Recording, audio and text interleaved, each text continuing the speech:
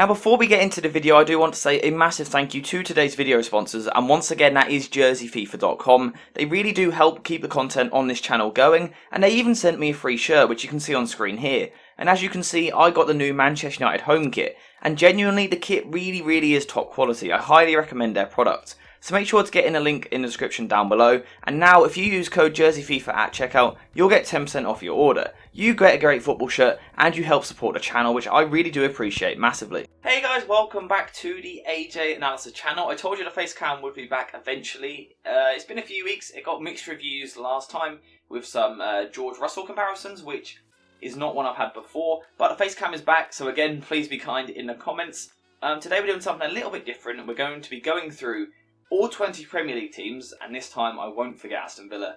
And what we're going to do is rate their best or their biggest signing, whatever. It won't necessarily be based on money. It'll just be what I think is their biggest signing. We're going to go through in alphabetical order. Start with Arsenal all the way down to whoever's at the bottom, that's Wolves. So let's get started. And as you can see on screen here, we're going to be putting them into different criteria. So they're either going to be an instant hit, a good signing, a let's wait and see, a decent squad player, and a I'm worried about this one. So we're going to start with Arsenal, and the big player, of course, that they have signed this summer is Gabriel Jesus. So let me get him on screen for you here.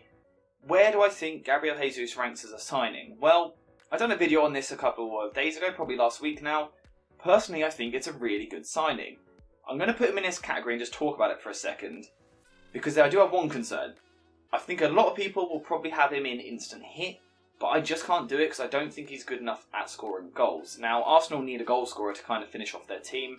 I was speaking about it earlier in the summer, and I'm not sure Gabriel Jesus is that. He has scored, let me find the stat, 58 goals since he's been a Premier League player. Now that's good, right? That is a good return, but he plays for Manchester City, a team that creates an incredible amount of chances, and a lot of those chances do fall to Jesus, and he misses a lot of them. His expected goals since being in the Premier League is 76.68, and he has scored 58. That's an underperformance of 18.68. So another player you would expect to score 76 goals in that time, and he's got 58. It's not a great return. However, is he an upgrade on Lacazette? Yes. Is he going to fit this Arsenal team like a glove? Yes. Is he going to bring a new threat on the counter-attack? Yes. Do I think it's a good signing? Overall, yes. So, Gabriel Jesus, good signing. I think he's going to have a good season. Diego Carlos is the next one who signed for Aston Villa from Sevilla a few weeks ago, quite early in the summer actually.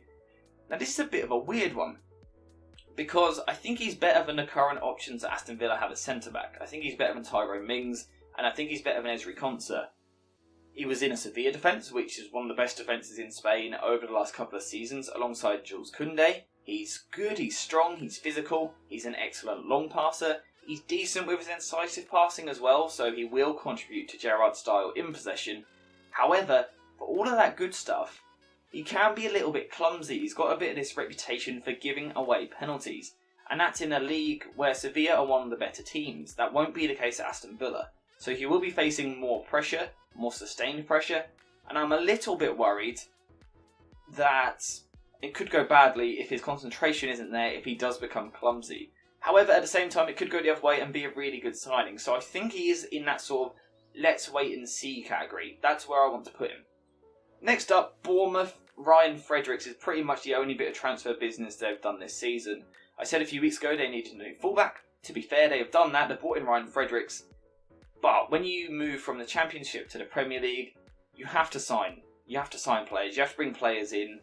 Ryan Fredericks, a decent player, but is he enough to keep Bournemouth in the Premier League? That signing alone, pretty much?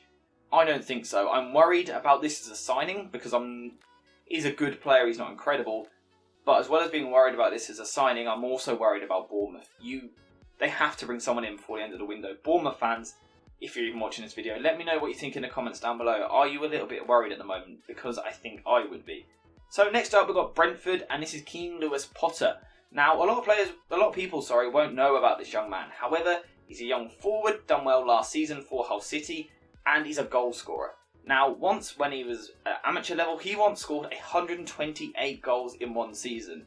Now, granted it was at amateur level, but goals are goals. Goals are the most important things in football. It's what we all want to see. It's what you pay the big money for. 128 goals in a season at any level is incredible. I don't care what level it is, people will disregard it because it was at amateur football. It's still an incredible return. I've watched amateur football quite a lot. There's not players that score 128 goals. So he's a very good young player, and I think it's a really good move from Brentford. So I'm looking forward to see how this goes, but personally I think it's a good signing. Signing from the Championship, he hasn't cost too much, and there's not too much pressure on him, so I think he can come in and make a good impact, and that's why he's a good signing.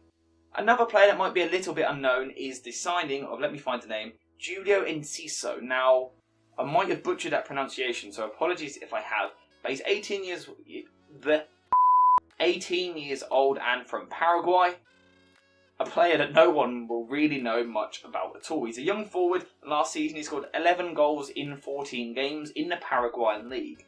Again, people are going to say it's the Paraguayan League, so doesn't really mean anything. However, goals are goals. I think it's good. The step up's going to be massive, but we all know that Brighton need a goal scorer.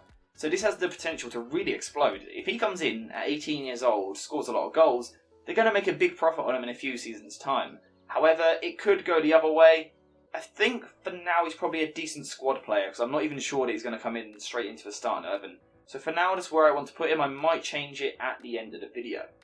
Now, a player that is going to be much more than just a squad signing is Raheem Sterling to Chelsea. And I'll be honest, I'm still not sure how this transfer has happened. I'm not sure why Manchester City have let him go. Raheem Sterling is a brilliant footballer. He has been for a lot of seasons. Premier League experience, scores goals for fun, dribbles past players, gets assists. He's almost the perfect modern day winger. I don't know why you would let him go to such a big rival. For me, he comes into his Chelsea team and is an instant hit. I would consider him for your fantasy team if you are entering in that.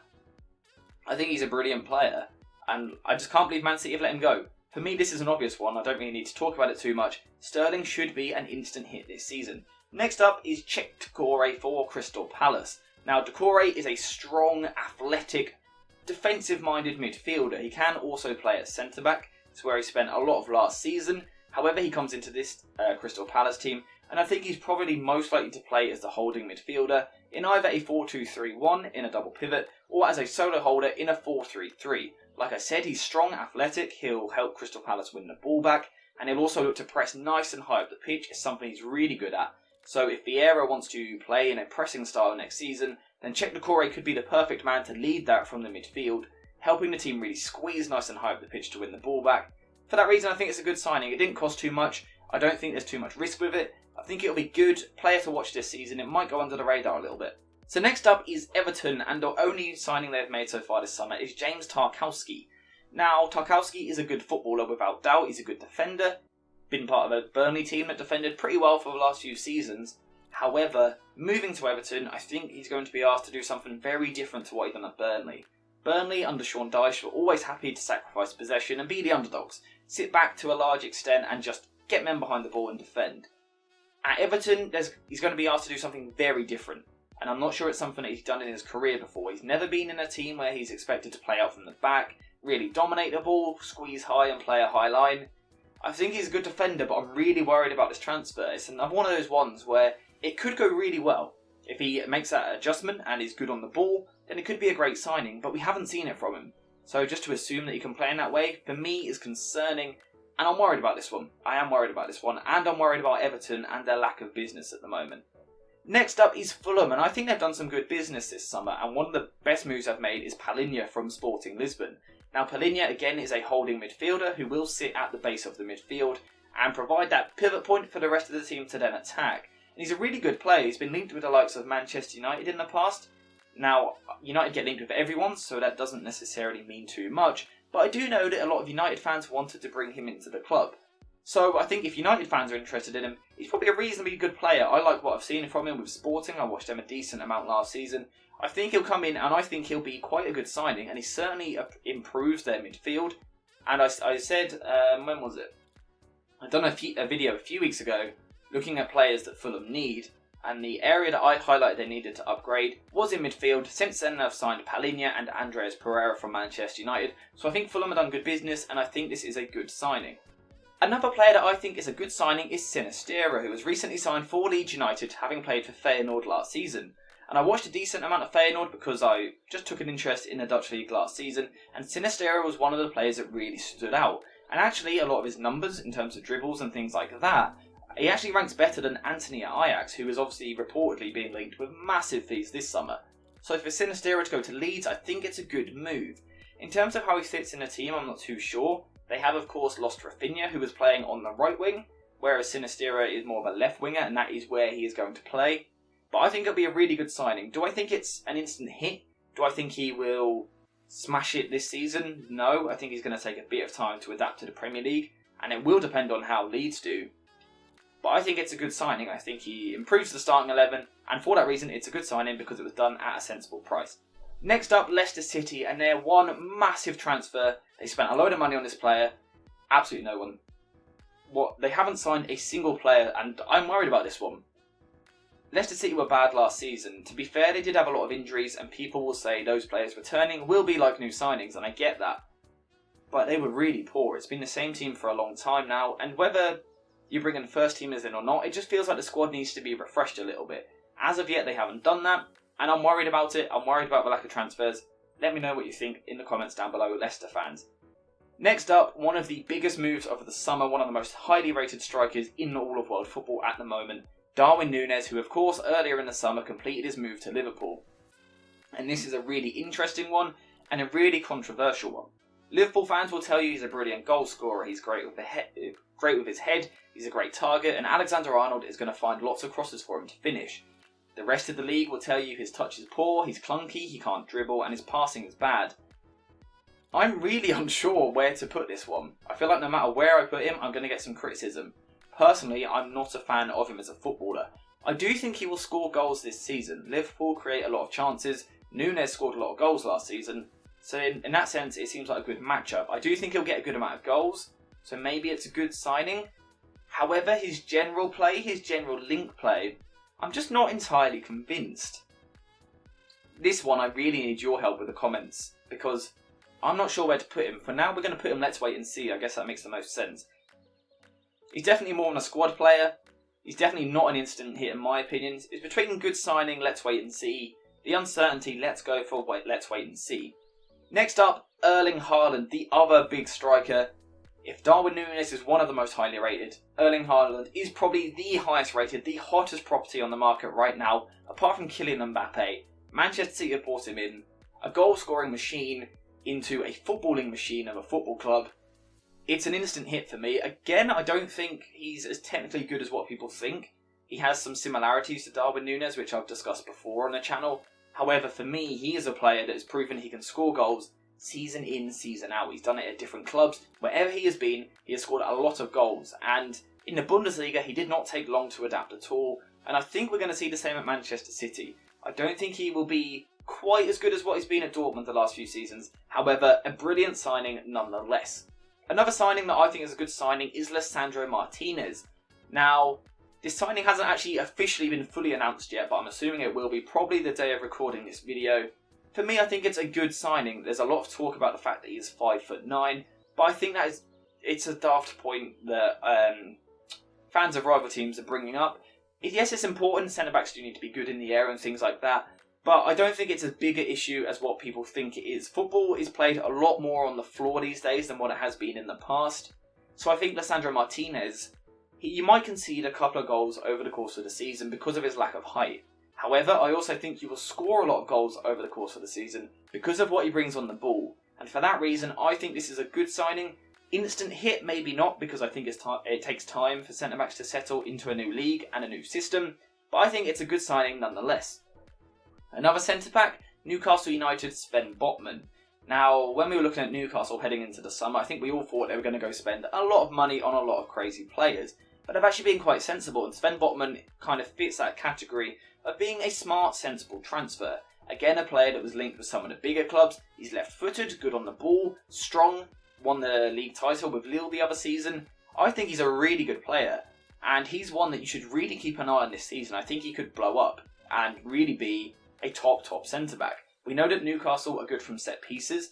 43% of Newcastle's goals under Eddie Howe came from set pieces, and Botman is excellent in the air, so I think that could be a matchup which works quite nicely. So for me, it's a good signing.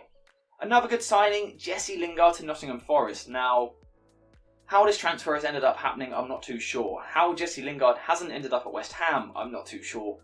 It was such an obvious transfer to happen, it didn't happen. Nottingham Forest have taken their opportunity, they've done some good business already this summer, and they've got a brilliant footballer in, an experienced player, someone who will bring bags of energy, and I can see him and Brennan Johnson having quite a nice link-up. He's certainly an upgrade on Zinkernagel, who done well for Forest last season as the attacking midfielder, so I think Jesse Lingard will come into his team and do really well. For me, it's a good signing, borderline instant hit, but perhaps not quite at that level. We'll go for a good signing. Now, next up on the list, we are returning to centre-back, and this time we're going for Southampton and Bella Kotchap. Now, Bella Kotchap is not a player that people will know a ton about. However, he's a young, strong defender still in his early 20s, and he reminds me a bit of Jonathan Tah. He's strong, physical, powerful in the tackle, and he's also got good recovery pace. He's very capable of playing on the front foot and getting in the face of his opponent, but if he gets spun, he has that recovery pace to get back and make the tackle. And alongside Salisu at Southampton, I think that could be a really nice partnership. My only concern, as always, is a player moving from abroad to the Premier League at centre-back, especially at a young age. It might take a little bit of time, and I'm worried about Southampton in general. So I think this is a let's wait and see one. Maybe a decent squad player, because I think there's a chance he doesn't start straight away. Let's go for let's wait and see. Now, next up, Spurs, one of the most busy teams in the transfer market this summer. Is it 6 players I've signed so far? 5 or 6. And one of them is Basuma from Brighton to Spurs. And for me, this is a brilliant piece of business. You could not, I think if you could handpick from the transfer market right now, there are not many midfielders that are more suited to Antonio Conte's mid-block. I spoke about it in a video the other day looking at how Spurs are going to set up this season. And Basuma is going to be absolutely crucial. I think his ability to win the ball back and set off the counter-attack is going to be absolutely huge. For me, he is going to be an instant hit.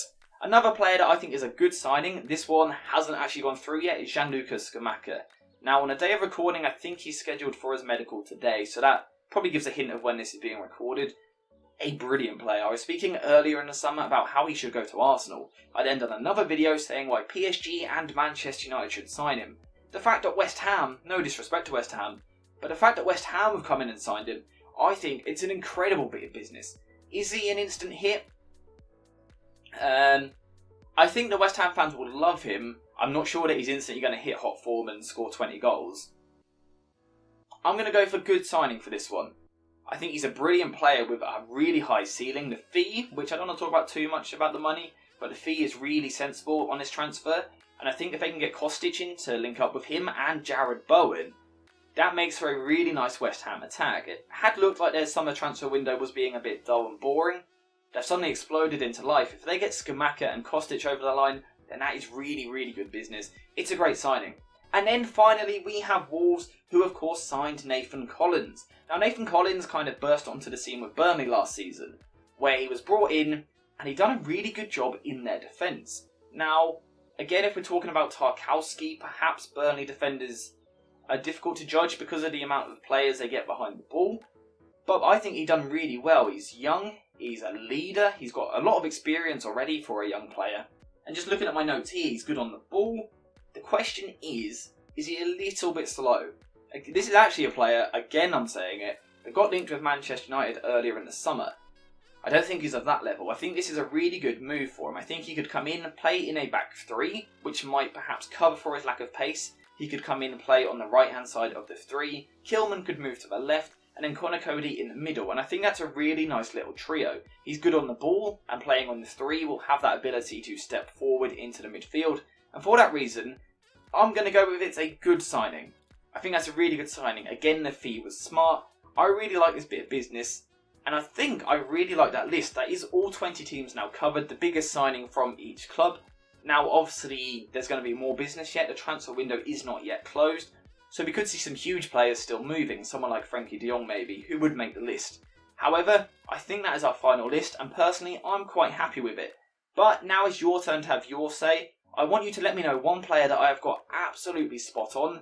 And one player that I've had a bit of a mare with. So let me know in the comments down below what player you would change into a different category. Perhaps it's someone like Lisandro Martinez, is maybe you're worried about it because of his height, something like that. Let me know what you think in the comments down below. I hope you've enjoyed this different style of video. I will have my Premier League predictions coming soon. I'm about to go record that now, so stay subscribed so you see all the content.